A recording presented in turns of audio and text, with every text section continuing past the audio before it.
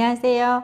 APCTP 올해의 과학도서 저자 강연의 사회를 맡은 하리아라 이은희입니다.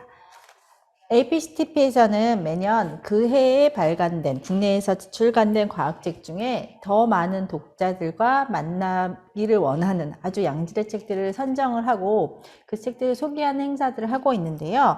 아무래도 이제 과학책이라는 거는 이제 진입 장벽이 좀 있기 마련이거든요. 그래서 과학책을 처음 읽는 독자분들이라도 이 과학책에 쉽게 접근할 수 있도록 해마다 과학 도서를 선정을 하고 그 도서의 저자분이라든가 혹은 그 내용을 가장 잘 알고 있는 전문가들을 모셔서 책의 내용에 대한 이야기도 좀 듣고 그리고 책에 미처 담지 못했던 그런 이야기들도 함께 나누는 이 강연회를 같이 준비를 하고 있는데요.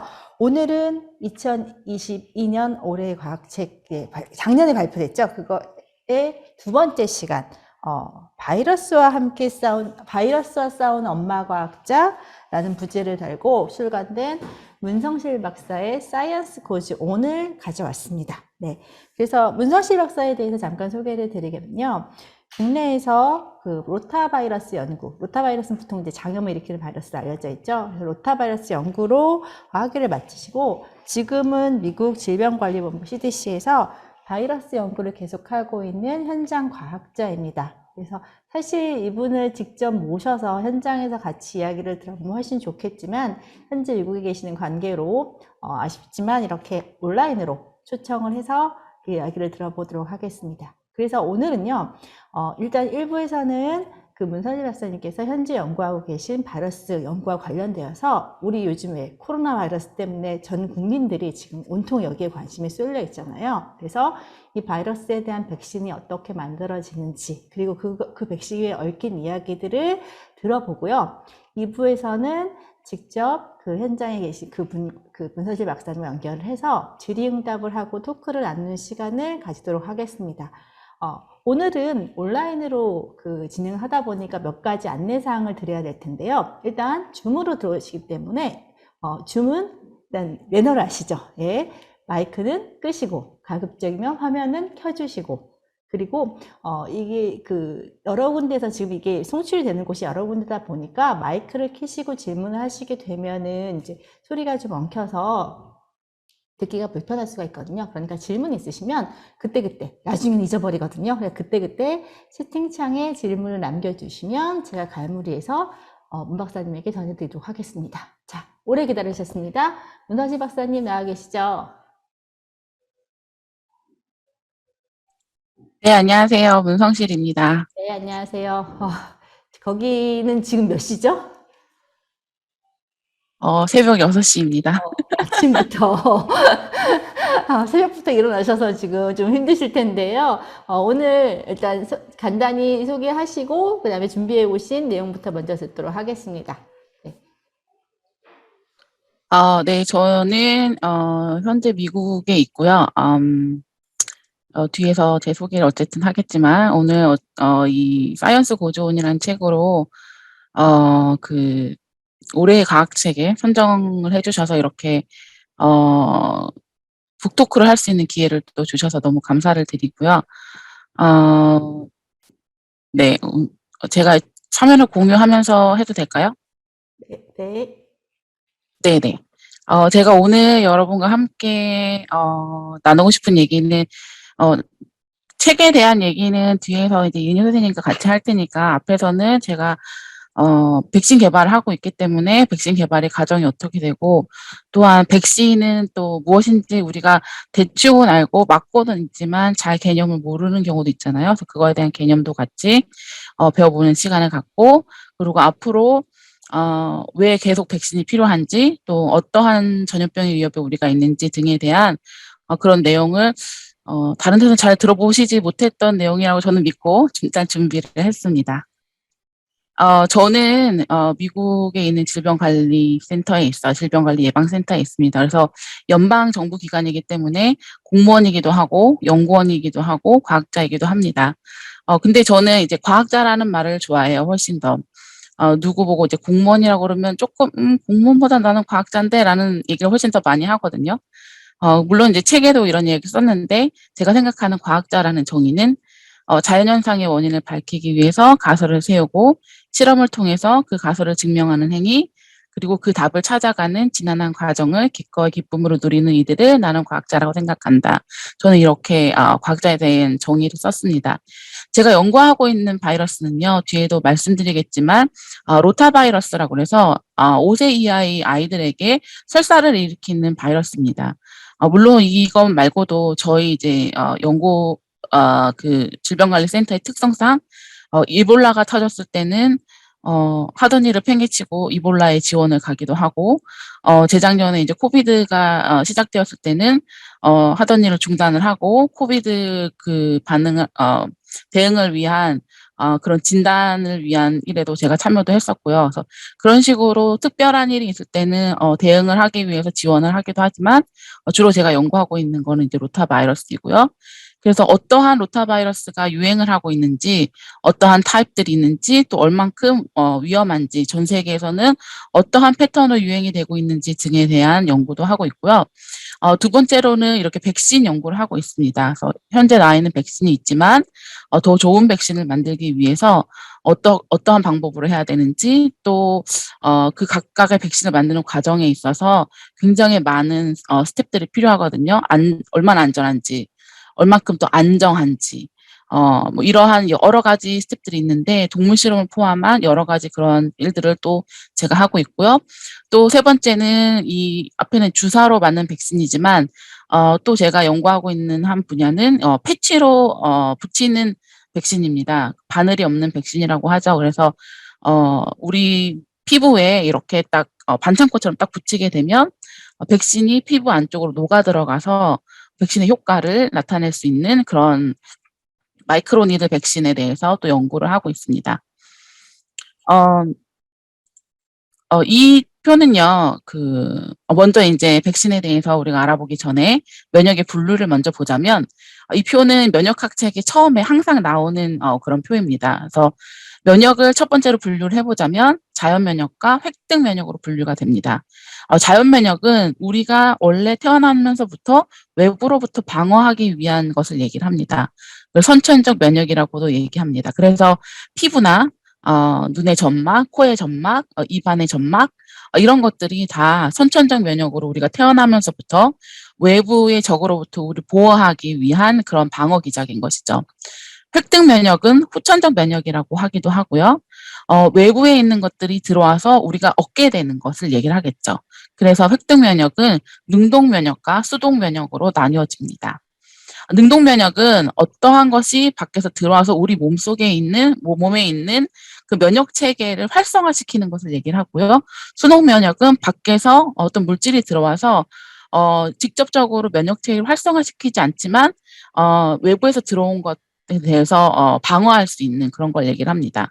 그래서 능동 면역은 자연 능동 면역과 인공 능동 면역이 있고요.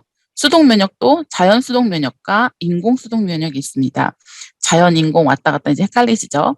자연 능동 면역이라는 것은 자연적으로 우리가 밖에서 어떠한 바이러스나 박테리아가 우리 몸 안으로 들어와서 감염이 되었을 때 우리 몸속에서 일어나는 면역 반응이겠죠. 그 면역 반응을 통해서 우리가 그 바이러스나 박테리아에 대한 항체나 아니면은 T셀 같은 그런 면역 시스템이 활성화되는 것을 얘기를 하는 거고요.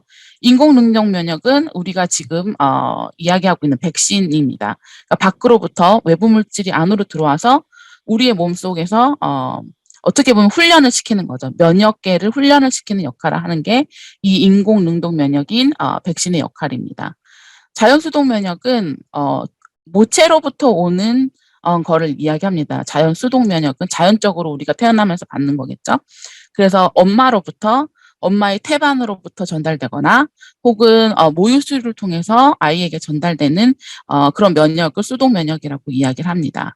그래서 임산부들한테 우리가 그러니까 독감 백신이나 코로나 백신을 맞으라고 하는 이유가 모체에서 생성된 항체들이 신생아들 백신 당장 맞을 수가 없잖아요. 신생아들에게 그 면역이 그대로 전달되기 때문에 그래서 임산부들한테도 안전한 경우에는 꼭 백신을 맞으라고 이야기를 하는 이유가 이 자연 수동 면역을 아이들에게 주기 위해서입니다. 인공수동 면역은 코로나 초기에 여러분 많이 들어보셨을 거예요. 항체 치료제라고. 항체 치료제는 코로나에 만약에 걸렸던 사람이 몸에서 항체가 만들어졌으면 그 항체를 우리 실험실에서 합성을 할 수가 있어요. 그래서 그거를 치료제로 만들어서 감염된 사람한테 다시 넣어주는 것이죠. 대신에 이 수동 면역은 우리 몸속에서 계속 지속되지가 않아요. 아이들이 엄마로부터 받게 되는 이 모체로부터 받게 되는 자연수동 면역이나 항체 치료제 같이 인공수동 면역은 짧은 시간만 우리 몸속에서 존재하기 때문에 계속해서 지속되지 않는다는 그런 단점이 있습니다. 그럼 백신이라는 것은 아까 말씀드렸듯이 인공 능동 면역이죠. 그래서 백신이라는 것은 병원체에 대한 체내 면역 반응을 인위적으로 유도하는 예방법입니다. 병원체의 독성을 약화시키거나 병원체의 특정 단백질이나 특정 단백질을 체내에서 합성할 수 있는 유전자의 형태로 백신을 만들게 됩니다. 여기 그림에 보시면 에드워드 제너라고 백신의 아버지라고도 하고요. 뭐 면역학의 아버지라고도 얘기를 하는데 처음으로 우두법을 적용한 사람으로 유명하죠. 천연두를 예방하기 위해서 소의 천연두에 걸린 그 고름을 걸린 사람의 고름을 다른 사람에게 접종함으로 인해서 실제 사람한테 걸린 천연두를 예방할 수 있는 방법을 의학적으로 확립시킨 사람입니다. 여기 옆에 그림에 보시면 이게 유명한 그림 중에 하나인데요. 천연두 백신을 맞은 아이와 맞지 않은 아이가 극명하게 이렇게 증상이 확연하게 달라지는 것을 볼 수가 있죠. 그래서 천연두는 인류가 백신으로부터 박멸시킨 최초이자 유일한 전염병입니다. 현재까지. 그 에드워드 제너의 백신 임상 시험에 대해서 잠깐 볼게요. 에드워드 제너 이전에 이미 아주 오래전부터 천연두는 있었던 질병이기 때문에 우리가 얘기하는 그런 뭐라 그러죠? 그 오래전부터 전수되어 오는 그런 그 예방법들이 있었어요. 그래서 뭐 인도나 중국에서는 사람 천연두에 감염된 환자의 고름을 말려서 그 딱지를 말려가지고 갈아서 뭐 코로 흡입한다거나 아니면 인도 같은 데서는 실제 피부를 절개를 해서 그 사람의 천연두의 그 고름을 다른 사람의 그 절개된 피부에 접종을 시킨다든지 이런 방법으로 해서 그거는 이제 인두법이라고 그러거든요. 그런 방법으로 천연두를 예방을 해왔습니다. 이 에드워드 제노도 그 방법으로 인두법으로 어렸을 때 천연두 예방 접종을 받았다고 합니다. 그런데 이제 에드워드 제너는 굉장히 그 기억이 안 좋았다 그래요. 너무너무 아팠고 정말 죽을 듯이 아팠다고. 그래서 과연 이 방법밖에 없을까라는 생각을 굉장히 많이 하게 됐는데 어느 날 자신이 이제 의사가 되어서 가게 된 마을에서 보니까 마두나 그러니까 말의 천연두나 아니면 소의 천연두에 감염됐던 사람들은 오랜 시간이 지나도 그 인간 천연두에, 사람 천연두에 감염이 되지 않는 거를 발견을 한 거예요. 그래서 탐문을 하기 시작했고, 자신의 가설을 세워서 이제 실제로 임상 시험을 하게 됩니다. 사라 넬슨이라는 축사에서, 농장에서 일하는 여성이었는데요. 그 소를 젖자는 일을 했기 때문에 소의 천연두에 감염이 된 거예요. 근데 소의 천연두에 감염이 됐다 보니까 사람의 천연두보다 약하게 감염이 된 거죠. 그래서 에드워드 제너가 그 사라 넬슨의 그 우두에 감염된 고름을 제임스 핍스라는 아이에게 아이의 팔에 이 사라 넬슨의 우두를 접종을 하게 됩니다. 시간이 지나서 이 제임스 핍스가 이 우두에 감염이 되겠죠. 그 이후에 실제 사람의 천연두에 감염된 사람의 고름을 이 제임스 핍스에게 다시 감염을 시킵니다. 좀 아이에게 하기에는 좀 잔인하긴 하지만 이 당시에는 이렇게 했다고 합니다. 뭐 지금도 윤리적인 뭐 언론 이야기들은 많긴 하지만 어쨌든 그 제임스 핍스에게 실제 천연두를 감염시킨 이후에 천연두에 감염되지 않은 것을 증명을 하였죠. 그래서 그 이후에 에드워드 제너가 26번 이상의 이러한 임상시험을 거쳐서 왕립의학회에 발표를 하게 되고 그 이후에 이제 이 실제 인두법, 사람의 천연두를 감염시키는 방법보다 우두를 감염시키는 방법이 훨씬 더 안전하다라고 설득을 하게 되어서 이 에드워드 제너의 우두법이 전 세계로 퍼져나가게 되죠.